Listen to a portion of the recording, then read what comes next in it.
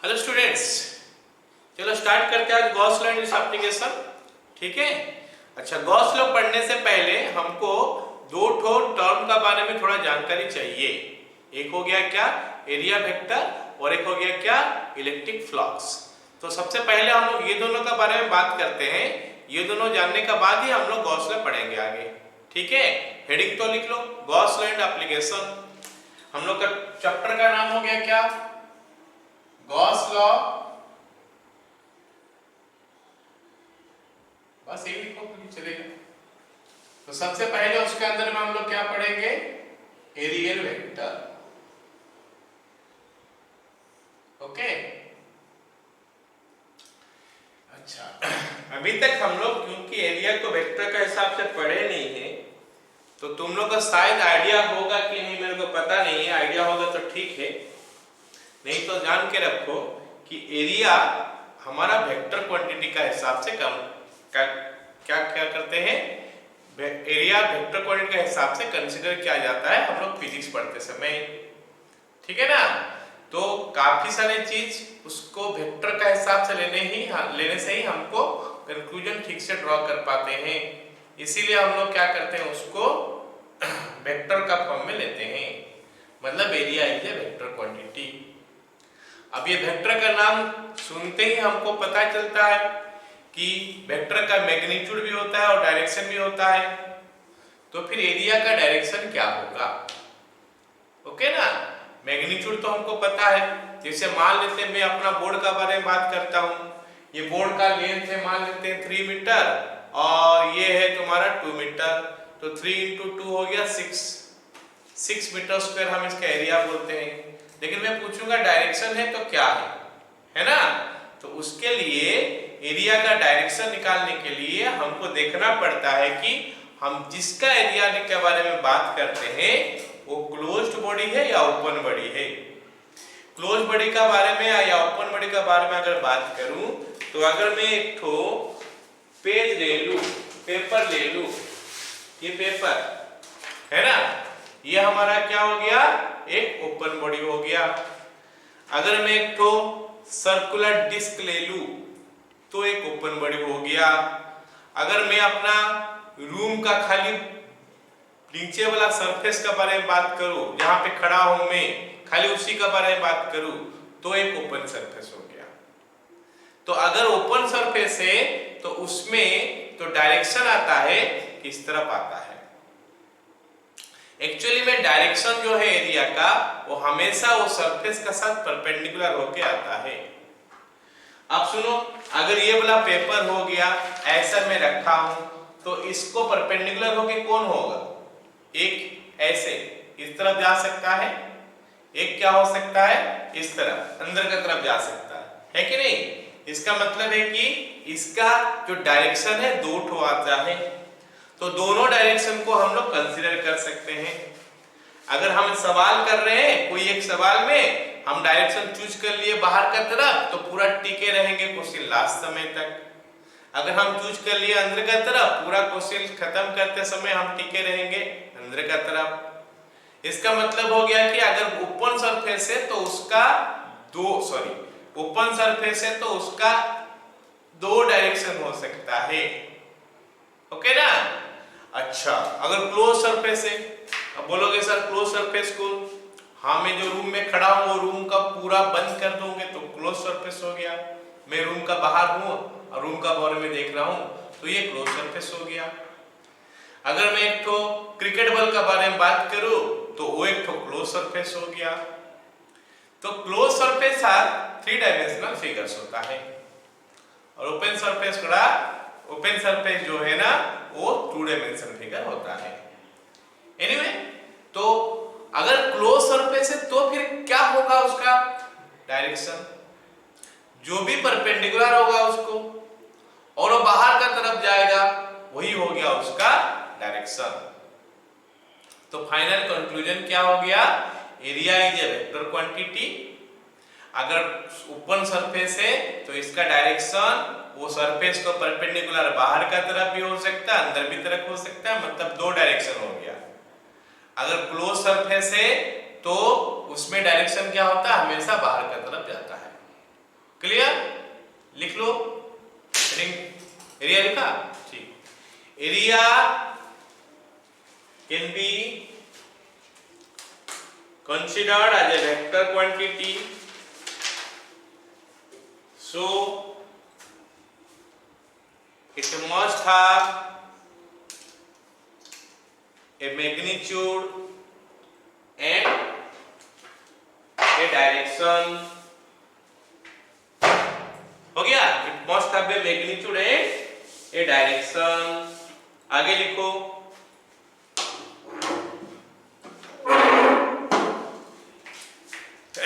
The direction of a open surface is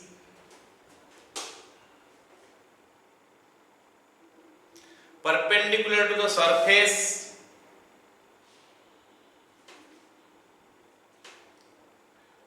which goes out of the surface or into the surface.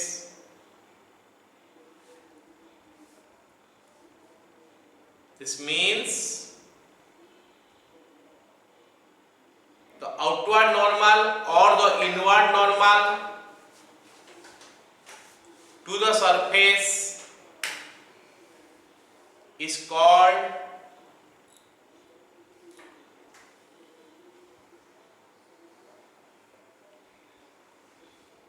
is the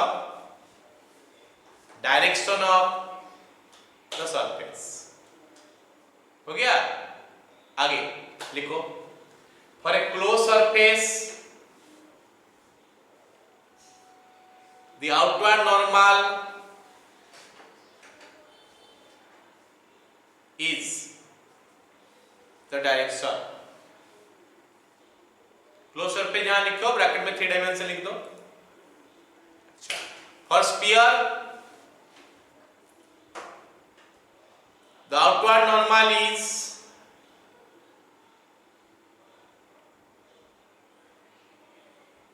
radially outward.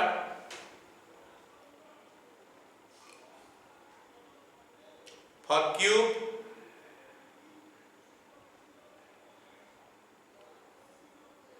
the outward normal is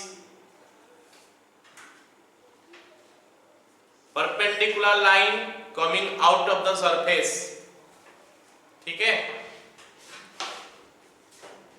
जैसे मान लेते हैं, मैं तुमको बताता हूं कि ये वाला हो गया हमारा, क्या नाम है, स्फीयर। तो मैं पूछूं कि बताओ कि ये जगह पे नॉर्मल कहाँ पे है, मतलब ये जगह में अगर मैं छोटा सा एरिया ले लूं तो एरिया का डायरेक्शन क्या होगा? तुम बोलोगे सर सेंटर से लाइन खींचो, रेडियस हो गया, ये आगे बढ़ गया, ये हो गया तुम्हारा नॉर्मल। ठीक है? अगर मैं बोलूं यहाँ पे क्या हो गया डायरेक्शन, वो एरिया, ये छोटा एरिया का, तुम बोलोगे सर यहाँ से जॉइन करो लाइन, ये आगे बढ़ा दो, रेडियली आउटवर्ड, तो ये हो गया एन कैप। या फिर हम डेल्टा एच भी लिख सकते हैं, ये हो गया उसका डायरेक्शन। क्लियर ना? अच्छा, मान लेते हैं मैं एक तो क्यूब लेता हूं, ये क्यूब ले लिया। क्यूब लेते ही हमारे पास 6 तो सरफेस आ जाता है। अगर मैं ये ऊपर वाला सरफेस के बारे में पूछूं, तुमको बताओ कि इसका डायरेक्शन क्या होगा ये एरिया का, बोलोगे सर ये ऊपर जाएगा। अगर मैं पूछूं इधर का, बोलोगे सर इससे परपेंडिकुलर होकर लाइन जाएगा जो। तो मेरे को लगता है आइडिया हो रहा है। अच्छा, अगर मैं सिलेंडर पूछूं, सिलेंडर भी एक तो क्लोज फिगर है, तो मैं पूछूं कि इसका नॉर्मल कैसे होगा, ये डायरेक्शन क्या होगा एरिया का, तो यहाँ पे तुम बोलोगे सर इसका तो 3 टाइप का सरफेस है, तो हम लोग को पता होना चाहिए कि कौन सा जगह में हमको डायरेक्शन निकालना है। तो अगर मैं ये जगह पे पूछूं तुमको, तुम बोलोगे सर यहाँ से परपेंडिकुलर हो गया, यहाँ पे पूछूं तो ये वैसे हो गया। अगर यहाँ पे जो कर्व सरफेस होता है, इसे गोल होके जो होता है, उसमें क्या होगा, परपेंडिकुलर होके निकल जाएगा। समझ में आ गया कि नहीं? ठीक, लिख लो।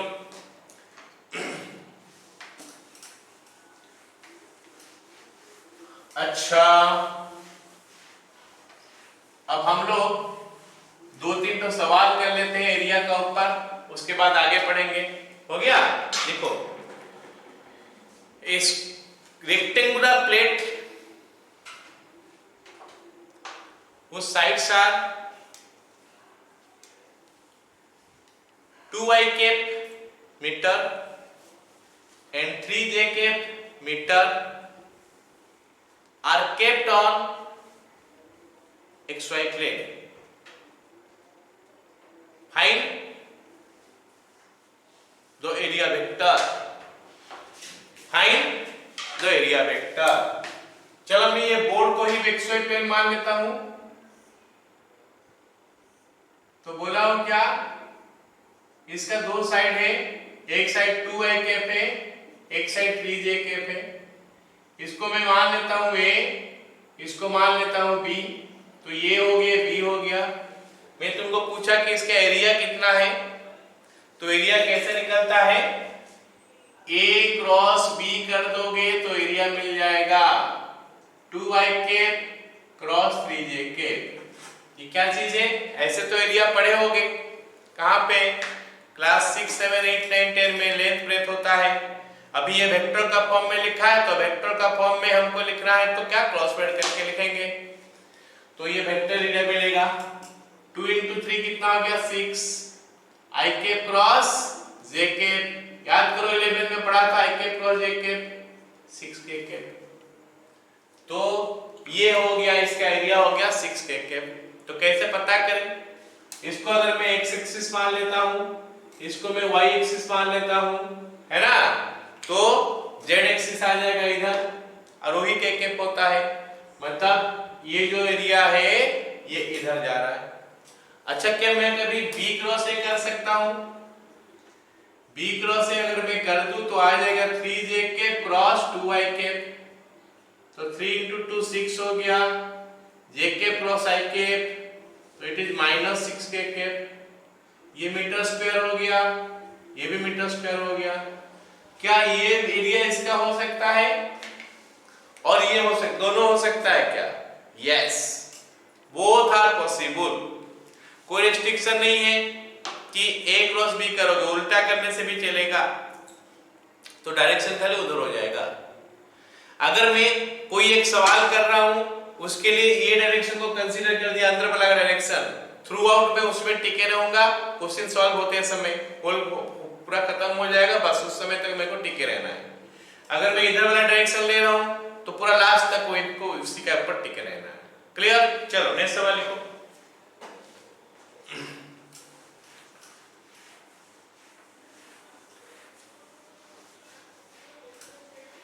A rectangle is held as shown in the figure. A rectangle is held as shown in the figure. Find the area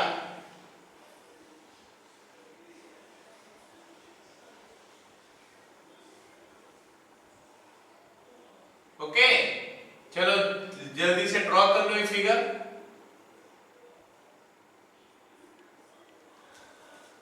figure draw कर लो, फिर मैं बात करता हूं कैसे करूंगा। मतलब क्वेश्चन सवाल कुछ ऐसे बोला है कि यहाँ पे हमारा XY प्लेन है, मान लेते हैं ये XY प्लेन है, Z आ रहा नहीं दिख रहा, ये हमारा XY प्लेन है, यहाँ पे ऐसे करके इसको ना रख के ऐसे करके टेढ़ा करके रख दिया भाई। ये हमारा x एक्सिस है, सॉरी ये x एक्सिस ऐसा है, y एक्सिस ऐसा है, z एक्सिस ऐसा है, ओके। ये हमारा हो गया क्या, y axis, x axis, z axis. अब इसको मैं क्या ऐसे इंक्लाइन करके रख दिया, कुछ ऐसे, ठीक है, लेकिन ये प्लेन 2 डायमेंशन फिगर ही है। तो मेरे को पूछा है कि इसका एरिया कितना है, ओके। तो क्या करूं मैं, जैसे पिछला वाला क्वेश्चन में 2 वेक्टर दिया था, यहाँ पे 2 वेक्टर कर देता हूं, ये वेक्टर a कर देता हूं और ये वेक्टर को b कर देता हूं। तो हमको मिलेगा क्या, a is equal to position vector है तो 3i cap plus 5j cap, b vector क्या मिलेगा 2k कैप। therefore क्या हो जाएगा, a क्रॉस b करूंगा तो क्या आएगा 3i cap plus 5j cap cross 2k cap. 3i और 2k मल्टीप्लाई करने से हो गया 6k, sorry 6i cap cross k cap plus 10j cap cross k cap. तो ये बन गया हमारा i क्रॉस k हो जाता है माइनस j, तो it is minus 6j cap plus 10 into i cap, मतलब ये 10i cap minus 6j cap. ये हो गया इसका आंसर। आ गया समझ में? So that is how I can find the area. कैसे भी रखा गया है हम एरिया निकाल सकते हैं। ये हो गया उसका डायरेक्शन के साथ। ओके, अगर मैं यूनिट लिखने के लिए बोलेगा तो देखना कि इससे कौन से में दिया है, मीटर दिया होगा तो मीटर स्क्वायर, सेंटीमीटर दिया होगा तो सेंटीमीटर स्क्वायर। क्लियर? चलो एक और सवाल लिखो और इसका आंसर तुमको बताना है। Find the vector area, find the vector area of ए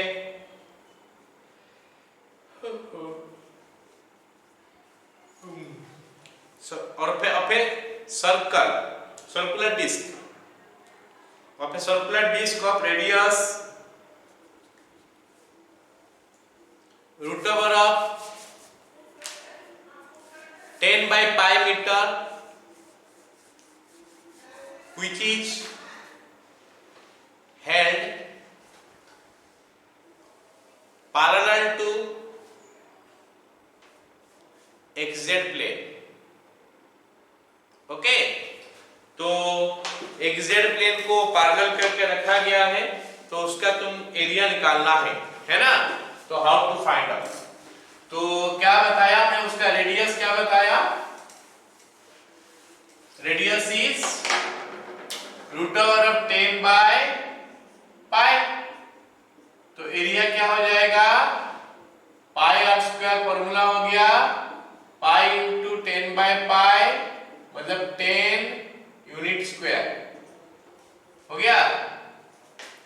अब इसी एरिया को अगर हम वेक्टर का फॉर्म में लिखेंगे तो क्या हो जाएगा, ये किधर जा रहा है बताओ? 10 कहाँ है, 10 यूनिट स्क्वायर बोला है, तो ये किधर जा रहा है?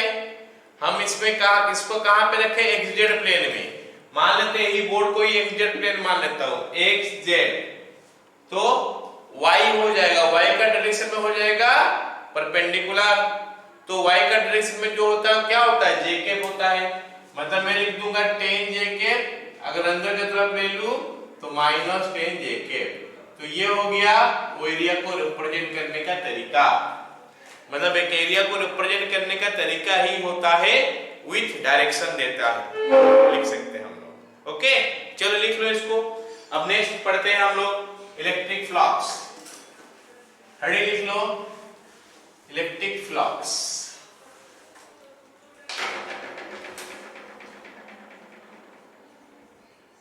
इलेक्ट्रिक फ्लक्स, इसका सिंबल होता है क्या, फाई।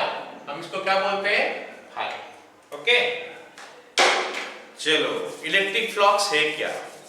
इलेक्ट्रिक फ्लक्स जो है वो इलेक्ट्रिक लाइंस ऑफ फोर्स का साथ जुड़ा हुआ है, और इलेक्ट्रिक फ्लक्स जो है that is always linked with a surface. मतलब जब हम इलेक्ट्रिक फ्लक्स के बारे में बात करेंगे, हमको कोई सरफेस के बारे में आइडिया होना चाहिए, और इलेक्ट्रिक लाइंस ऑफ फोर्स उसके साथ जुड़ा होता है। क्योंकि इलेक्ट्रिक लाइंस ऑफ फोर्स जुड़ा होता है, इलेक्ट्रिक लाइंस ऑफ फोर्स तो इलेक्ट्रिक फील्ड बनाता है, इसका मतलब है फ्लक्स का इलेक्ट्रिक फील्ड का कोई लेना देना है, जरूर है लेना देना। तो हम देखते हैं कि क्या चीज है एक्चुअली। तो जो डेफिनेशन होता है इलेक्ट्रिक फ्लक्स का कुछ ऐसा होता है, the number of electric lines of force crossing a surface that is normal. ठीक है, जो lines of force normally surface को क्रॉस करेगा, जितना ठो number of lines of cross करेगा नॉर्मली, तो उसी को बोलते हैं electric flux. Link with the surface, मतलब फ्लक्स का बात आएगा तो सरफेस तो आना जरूरी है।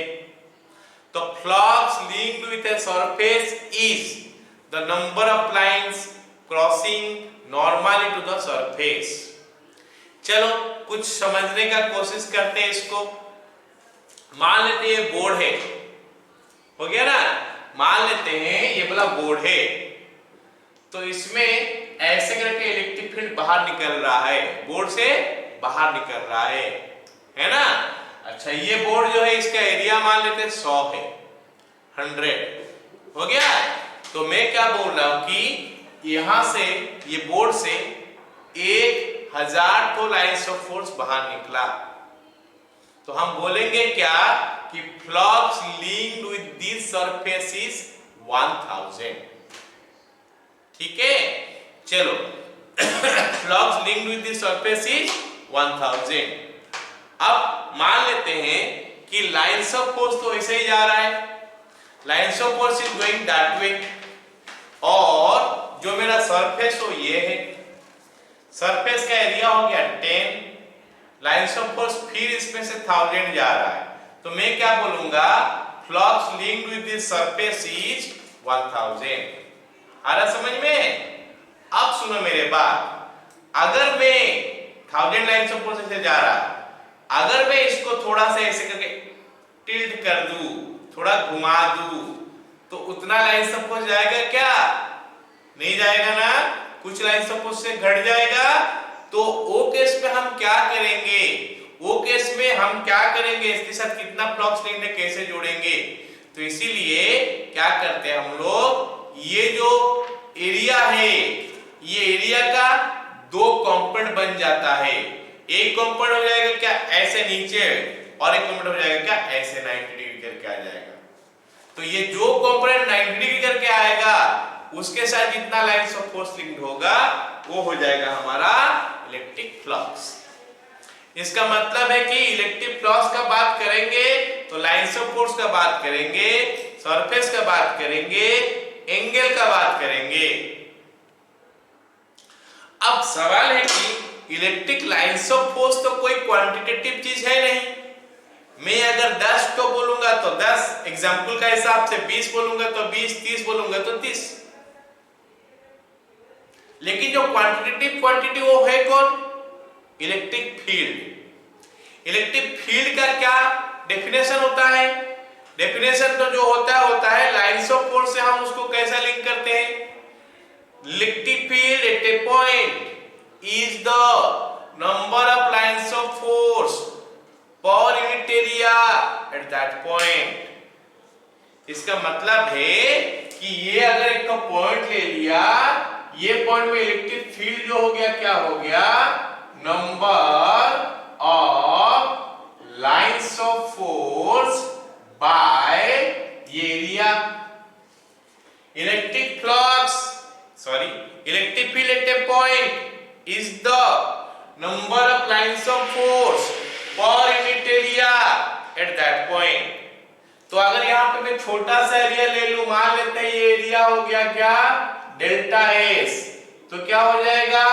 Number of lines of force by delta S will be हो गया।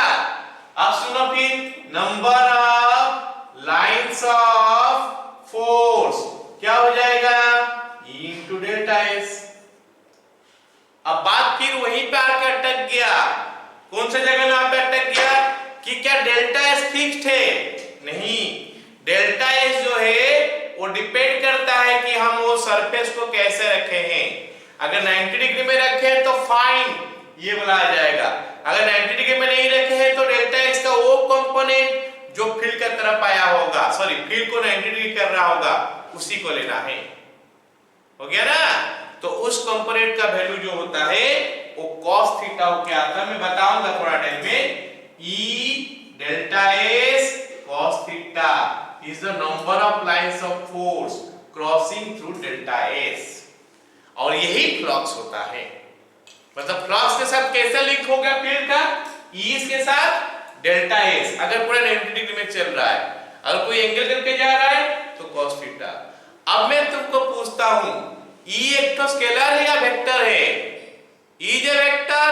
अच्छा, डेल्टा एस एरिया हम पढ़े कि वो वेक्टर है।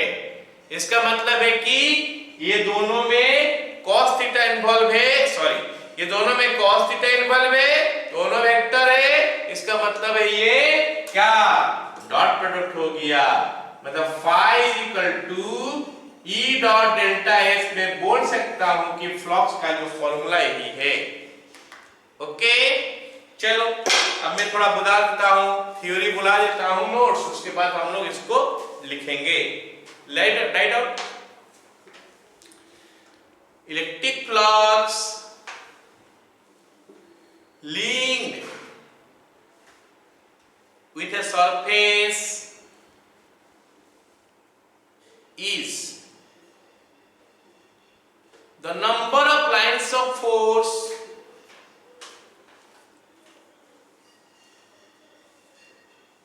crossing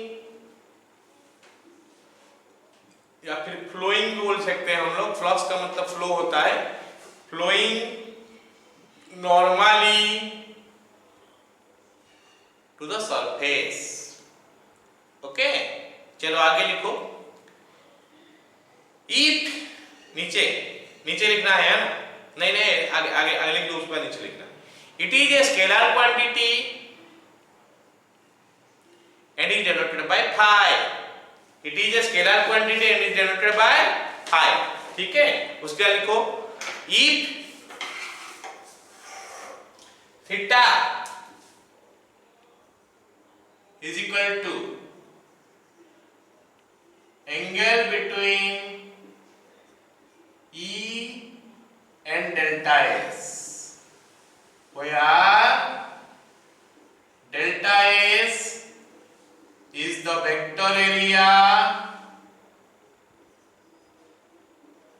of the surface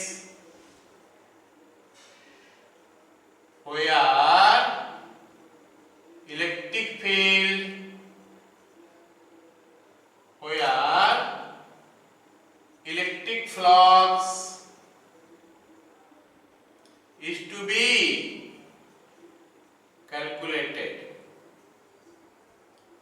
and capital E is uniform electric field at that point, खत्म। then E is equal to phi is equal to E dot delta S,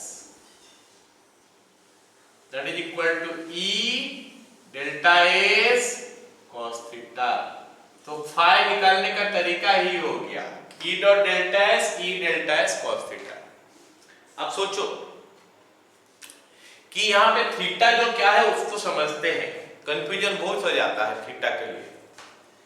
मान लेते हैं electric field ऐसे जा रहा है, ये बोर्ड है, ये बोर्ड पूरा सरफेस डेल्टा S, ये बोर्ड पूरा हो गया, इलेक्ट्रिक फील्ड ऐसे जा रहा है, कैन यू सी दिस, ये बोर्ड के साथ पैरेलल होके जा रहा है ऐसे करके, तो व्हाट इज थीटा 0 डिग्री? नहीं 0 नहीं है, क्योंकि डेल्टा S का जो डायरेक्शन है वो डायरेक्शन ये नहीं है, डेल्टा S का डायरेक्शन ये होता है, ठीक है। तो एंगल कितना बन गया, डेल्टा S इधर इधर 90 डिग्री, तो यहां पे लगा दोगे cos 90, कितना हो जाएगा 0, मतलब phi इक्वल टू 0। ऐसे भी हमको पता चलता है, इसका थ्रू में नॉर्मली तो कोई भी जाने है लाइंस ऑफ फोर्स, मतलब अगर फील्ड पैरेलल है सरफेस को फ्लक्स 0 होता है। आप सोचते हो कि फील्ड ऐसे आ रहा है ना, तो क्या होगा, यहां पे फील्ड ऐसे नॉर्मल ऐसे, तो फ्लक्स पॉजिटिव 0 डिग्री आ जाएगा एंगल, तो E डॉट डेल्टा S। अगर मैं उस तरफ चले जाऊं, उस तरफ ले लूं डायरेक्शन, तो फ्लक्स माइनस में। क्लियर ना? ओपन सरफेस होने से हमारा दोनों साइड दोनों ले सकते हैं, अगर क्लोज सरफेस होगा तो हम एक ही तरफ लेंगे। एनीवे खत्म। उसके बाद नोट करके लिखो पहला point, if capital E is parallel to the surface, capital E is parallel to the surface, then theta is equal to 90 degree, therefore phi is equal to 0.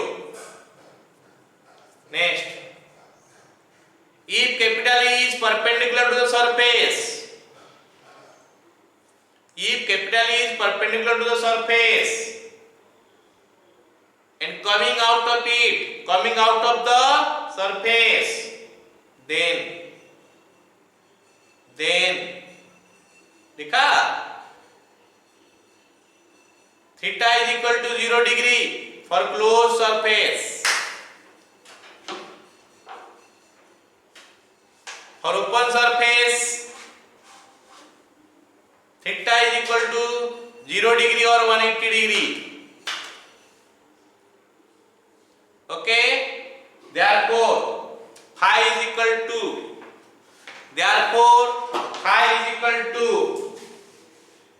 E dot नहीं, E into delta S, सीधा into, are vector form देने का जरूरत नहीं, E into delta S. ये हो गया closed के लिए. और ओपन के लिए क्या होगा? phi is equal to E into delta S और minus E into delta S. दोनों तरफ हो सकता है ओपन के लिए. हो गया? अच्छा, ये तो बात हम लोग कर लिए यूनिफॉर्म इलेक्ट्रिक फील्ड के लिए. फील्ड क्या है? यूनिफॉर्म है. अगर नॉन यूनिफॉर्म इलेक्ट्रिक फील्ड है, वो सरफेस में एक जगह में कुछ और फील्ड है और दूसरी जगह में कुछ और फील्ड है, नॉन यूनिफॉर्म इलेक्ट्रिक फील्ड है, तो वो केस में हम क्या करेंगे? वो केस में हम लोग को इंटीग्रेशन का टेक्निक अपनाना पड़ेगा. हो गया? कौन सा? अगर E ही नॉन यूनिफॉर्म है, if E is non uniform, then delta S E dot ds का इंटीग्रेशन करके निकाल देंगे. ठीक है, लिखो if electric field in the region is non-uniform, then flux link with a given surface is phi is equal to E dot ds integration, और phi is equal to E dot ds integration. तो मैं दो तो formula लिखा, एक ये है ना. ये हमारा ओपन सरफेस के लिए है, ये हमारा क्लोज सरफेस के लिए है. मतलब क्लोज सरफेस के लिए मेरे को एक तो गोल घुमाना पड़ेगा ये साइड में. ओपन के लिए मैं नॉर्मल लिख दूंगा, चलेगा. ओपन बोलने से 2 डायमेंशन, क्लोज बोलने से 3 डायमेंशन. तो हो गया ये. तो ये बन गया हमारा फ्लक्स निकालने का फॉर्मूला. ओके, क्लियर ना? लेकिन अगर फील्ड यूनिफॉर्म है तो E इंटू डेल्टा एस कर देंगे या फिर minus E into delta S कर देंगे. ओपन के लिए, क्लोज के लिए E इंटू डेल्टा एस ही करना पड़ेगा. अगर फील्ड बाहर आ रहा है तो अंदर जाएगा, तो फिर उस पे भी माइनस हो जाएगा.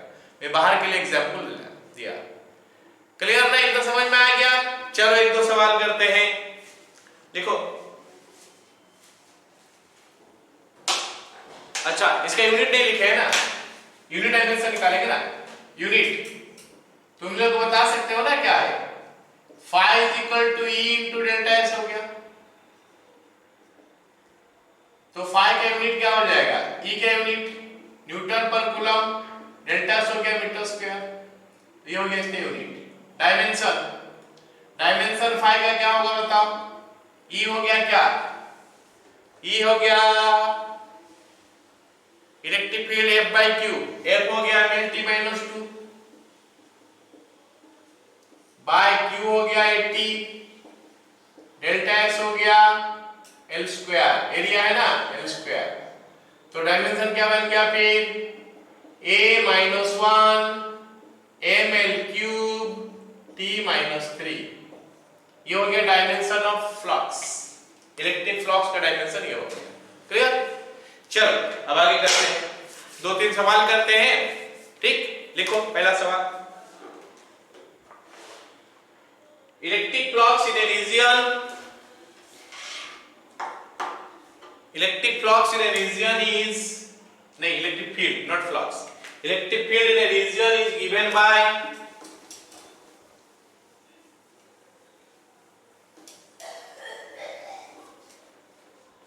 phi by k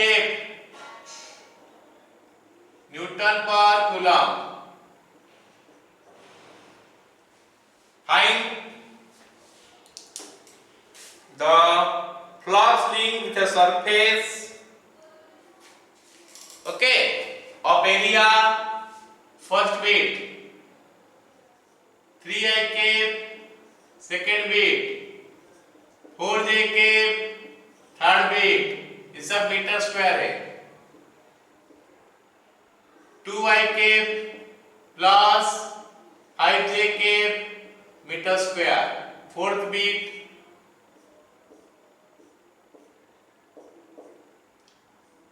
3J cap minus 2K cap metre square. ठीक है, चलो फटाफट करते हैं। फर्स्ट बिट के लिए E हो गया कितना 5 पाई कैप और डेल्टा S हो गया हमारा कितना 3I कैप। तो E dot delta S is your flux is equal to कितना निकलेगा 5I cap dot 3I cap. Dot product क्या है, याद दिला दे रहा हूं ना, A is equal to x1I cap plus y1j cap plus z1k cap, B is equal to x2I cap plus y2j cap plus z2k cap। अगर ये है और ये B है, ठीक है, तो A डॉट B निकालने का जो मेथड होता है वो क्या होता है, दोनों का I cap को मल्टीप्लाई कर दो, x1 x2 हो गया, प्लस दोनों का j cap को कर दो, y1 into y2 हो गया, प्लस दोनों का k cap को कर दो, z1 into z2। अब यहाँ पे 2 आ गया, दोनों का एक पे को मल्टीप्लाई करोगे 15 आ गया। यूनिट में लिखा था थोड़ा देर पहले, newton coulomb inverse metre square. First bit हो गया, चलो सेकंड बिट लिखते हैं। सेकंड बिट के लिए ई तो फिर से वही रहेगा 5 पाई कैप, डेल्टा एस का वैल्यू क्या हो जाएगा, चेंज क्या हो जाएगा डेल्टा एस का वैल्यू, ये 4J कैप। सो फ्लक्स कितना हो जाएगा 5I cap dot 4J cap. तो I यार I तो नहीं है, मतलब 0 हो गया। ठीक है, तीसरा E तो ही रह गया, दिखाई दे रहा है ना, E तो ही रह गया, E हो गया कितना 2I cap plus 5J cap, ये E नहीं है डेल्टा S है। Delta S is your this one, E का वैल्यू कितना है बताओ 5I कैप। तो E dot delta S that is your 5 का फॉर्मूला क्या हो गया E डॉट डेल्टा S, ये हो गया 2I कैप, सीधा यहीं पे देख के कर देता हूं, 2 into 5 10, J तो इधर नहीं है, मतलब 10 newton coulomb inverse metre square. अभी अगर मैं फोर्थ बिट ले लूं तो E का वैल्यू तो फिर वापस 5I कैप हो गया, डेल्टा S का वैल्यू कितना होगा बताओ, दिया है 3J cap minus 2K cap. तो 5 कितना हो जाएगा E dot delta S is equal to, दोनों का I कैप, इधर I है इधर तो I नहीं है तो 0, फिर दोनों का J कैप 0, दोनों का K कैप 0, आंसर है 0। मतलब ये सब केस में फ्लक्स लिंक नहीं हो रहा है क्योंकि पैरेलल हो गया होगा उस समय हो गया। ठीक है, चलो लिख लो। नेक्स्ट सवाल लिखते हैं, लिखो electric field in a region is capital E arrow के साथ 3I cap plus 4J cap newton coulomb inverse. Find the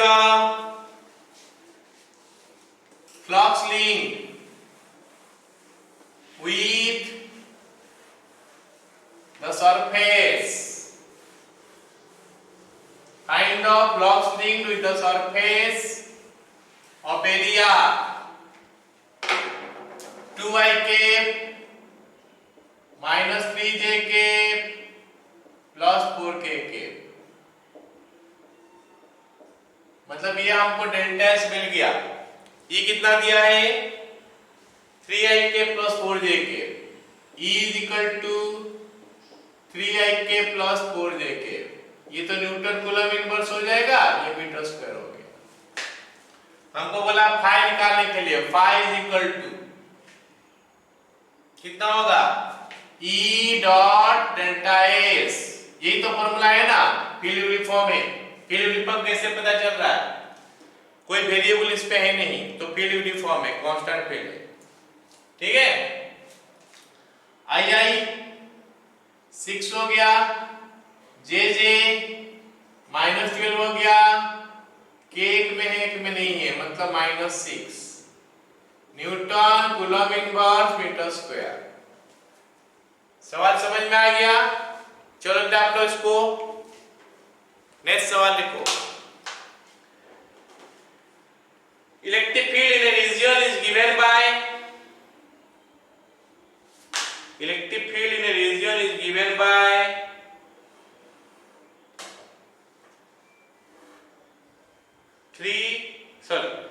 E capital E is equal to E naught I cap। Capital E is equal to E naught I cap। Find the flux linked with a cube lying in XY plane। Find the flux linked with the cube lying in XY plane। चलो draw करो, पहले cube को draw करो।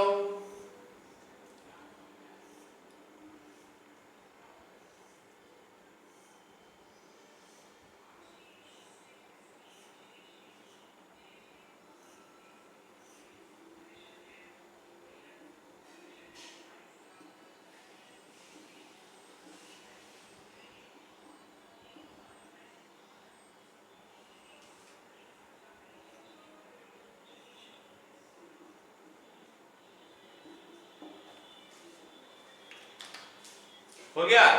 चलो चलो draw करो।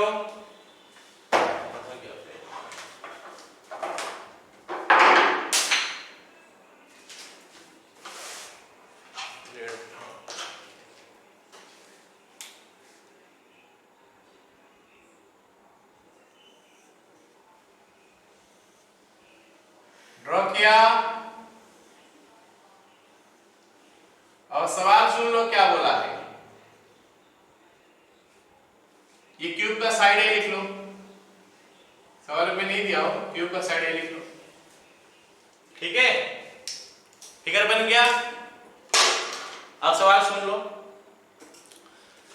बोला है कि इस क्यूब के साथ कितना फ्लक्स लिंक्ड होता है दिखाओ।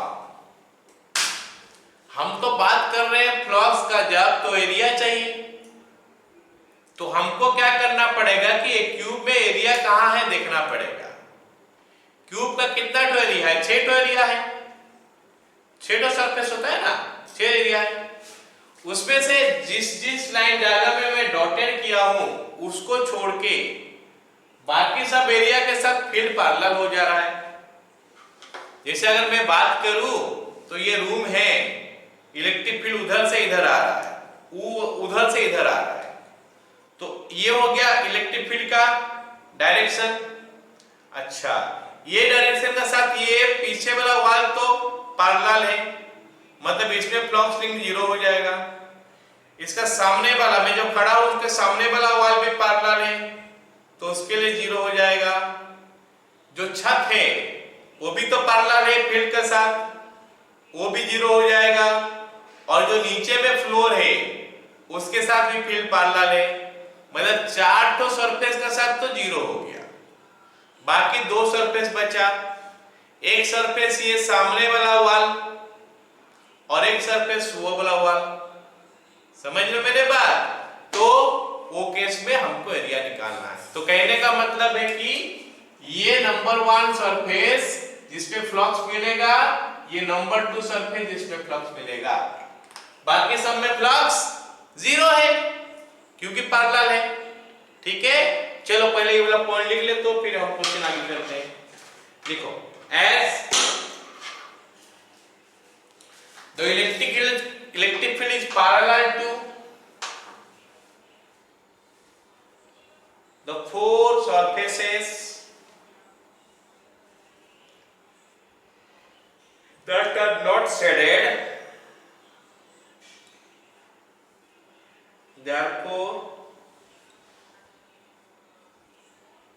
flux linked with those surface zero. Okay, flux linked दो सरफेस जीरो। अभी हम निकालते हैं flux linked with surface one, ये वन, तो उसको मैं फाई वन लिख देता हूं। तो मैं उसके लिए क्या करूंगा, ई डॉट डेल्टा एस। ई का वैल्यू तो फिक्स्ड है, ई नॉट आई कैप, तो E not I cap dot delta S, इसका एरिया क्या होगा, ए स्क्वायर। साथ में मेरे को जोड़ना पड़ेगा क्या, नॉर्मल या फिर परपेंडिकुलर जो है इसको नॉर्मल। अच्छा, ये क्लोज सरफेस है, ओपन सरफेस है, क्लोज सरफेस था तो क्लोज सरफेस पे नॉर्मल क्या होता है, आउटवर्ड को लेना पड़ेगा। मतलब यहां से नॉर्मल क्या होगा, इस तरफ जो भाग रहा होगा, इस तरफ जो भाग रहा होगा क्या है, ये एक्स जेड है, तो मतलब वो वाई की तरफ। अच्छा, गलत लिखा हो ना, ये एक्स एक्सिस होगा क्योंकि ये आई गलत लिखा था। ठीक है, ई नॉट आई कैप है तो ये एक्स एक्सिस होगा। ठीक, तो एक्स वाई, ये वाई जेड प्लेन के साथ जा रहा है ऐसे करके, तो इसको परपेंडिकुलर होकर कौन आएगा, इधर आई कैप होगा, लेकिन वो माइनस की तरफ आएगा, तो माइनस आई कैप। नहीं समझा, या फिर इसको मैं सीधा ऐसे लिख दूं, minus A square into I cap. A square तो समझ में आ गया ना, ए स्क्वायर के लिए कोई डाउट नहीं है। आई कैप है या माइनस आई कैप, आई कैप कब होता है, जब उस तरफ जाता है, माइनस आई कैप जब इस तरफ आएगा, है ना, क्योंकि ये इस तरफ आ रहा है, क्योंकि ये क्लोज फिगर से जुड़ा हुआ है, तो एरिया इधर आ जाएगा। Okay, next minus E naught a square, I cap dot I cap one हो गया। उसके बाद flux linked with surface two, वो फाई टू में लिख देता हूं, ई डॉट डेल्टा एस, फिर से फॉर्मूला डालूंगा, ई के लिए ई नॉट आई कैप हो गया, डेल्टा एस एरिया तो स्क्वायर हो जाएगा, यार ये आई कैप हो गया, तो E naught a square. Okay, तो ये बन गया हमारा डेल्टा एस का वैल्यू। क्लियर? अच्छा, अब अगर मैं बोलूंगी पूरा, वो सवाल में तो बोला है कि पूरा सरफेस में, ठीक है ना, अगर सवाल बोला है कि पूरा सरफेस के लिए है तो क्या फ्लक्स हो जाएगा, therefore phi is equal to phi one plus phi two minus E naught into a square plus E naught into a square is equal to zero. ठीक है, इसका मतलब है कि अगर कोई एक रीजन में यूनिफॉर्म इलेक्ट्रिक फील्ड है, यूनिफॉर्म इलेक्ट्रिक फील्ड का मतलब हो गया क्या, फील्ड का मैग्नीट्यूड डायरेक्शन सब सेम है, हर जगह में मैग्नीट्यूड भी सेम होगा, डायरेक्शन भी सेम होगा, तो in that case flux linked with a close surface is zero. तो नोट करके पॉइंट लिखो, इफ और सॉरी ऐसे करो, in a region of uniform electric field, in a region of uniform electric field flux linked with a closed surface is zero। अब next सवाल लिखते हैं, लिखो, वैसे टाइप का सवाल है, electric field in a region, electric field in a region is given by E naught x into I cap, find the flux link with a cube held as shown in the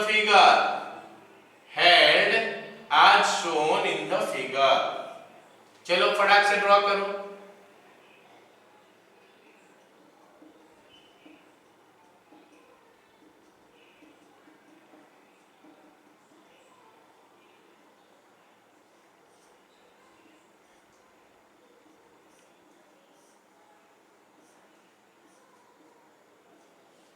हो गया।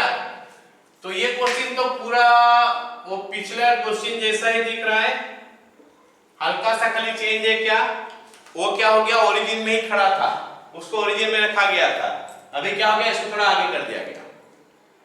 ठीक है, field इसमें भी वही जा रहा है, जैसा पिछले में गया था फील्ड वैसे जा रहा है, लेकिन अब फील्ड यूनिफॉर्म नहीं है, फील्ड का वैल्यू चेंज होते जाता है। E is equal to E naught x into I cap हो गया। हो गया, तो बोलो मेरे को 8 सरफेस 1 E का वैल्यू कितना हो जाएगा, ई नॉट इंटू एक्स, ये डिस्टेंस कितना है L आई कैप। तो ये पूरा का पूरा तो L डिस्टेंस में है पूरा सरफेस, तो इतना। अब ये वाला फील्ड जो है इसके लिए तो यूनिफॉर्म हो गया, क्योंकि इसमें वेरिएबल कुछ रहा नहीं, तो ये यूनिफॉर्म हो गया। तो हम लोग डायरेक्ट फॉर्मूला निकाल देंगे।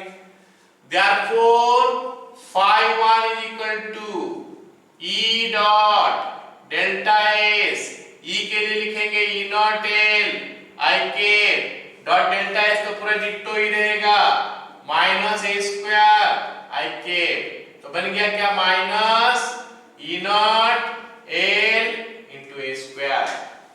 हो गया। अब बोलो 8 सरफेस 2, सेकेंड सरफेस देखो, ये सेकेंड सरफेस है, ये कितना दूर में है, L प्लस a दूर में, E का value E naught into L plus a हो जाएगा। E is equal to E naught into L plus a into I cap, बन गया। देयरफॉर ये एरो रहेगा phi, या फिर इसको E1 कर देते हैं, इसको E2 कर देते हैं। phi2 is equal to E2 dot delta S, E2 का वैल्यू हो गया E naught L plus a into I cap, delta S फिर से a स्क्वायर, लेकिन आई कैप हो जाएगा। इसके लिए नॉर्मल ऐसे जा रहा है और इसके लिए नॉर्मल ऐसे आ रहा है, तो ये हमारा माइनस आई कैप हो गया, ये हमारा आई कैप हो गया। आई क्यों ले रहा हूं, क्योंकि एक्स एक्सिस का तरफ है। तो ये बन गया कितना, E naught L a square plus E not a cube. Okay, this much of unit का स्क्वायर जो भी होगा, ऑलराइट ना। अच्छा, तो नेट फ्लक्स क्या हो जाएगा देखते हैं। Net flux is equal to phi1 plus phi2 is equal to, phi1 का वैल्यू कितना, minus E naught L square, यहां पे क्या हो जाएगा, ये E नॉट है ना, E naught L square plus E not a cube, तो ये दोनों कट गया, तो हमको मिला क्या, E नॉट a क्यूब। इसका मतलब है कि हमको नेट फ्लक्स मिलता है। क्यों मिला, क्योंकि नॉन यूनिफॉर्म फील्ड में था। ठीक है, तो ये वाला पॉइंट नोट करो। So there will be net flux, या फिर flux linked with a close surface is not zero when it is kept in a non-uniform electric field। तो हम लोग नेक्स्ट क्लास में पढ़ने वाले हैं कि गॉस थ्योरम। ये तो फ्लक्स के बारे में पढ़ लिए, गॉस थ्योरम बताता है फ्लक्स कैलकुलेशन करने का एक और मेथड। फिर हम लोग फ्लक्स निकालने के बाद उसका अप्लाई करके इलेक्ट्रिक फील्ड निकालेंगे, कुछ क्या कंटीन्यूअस चार्ज डिस्ट्रीब्यूशन बॉडी का। ओके ना, चलो।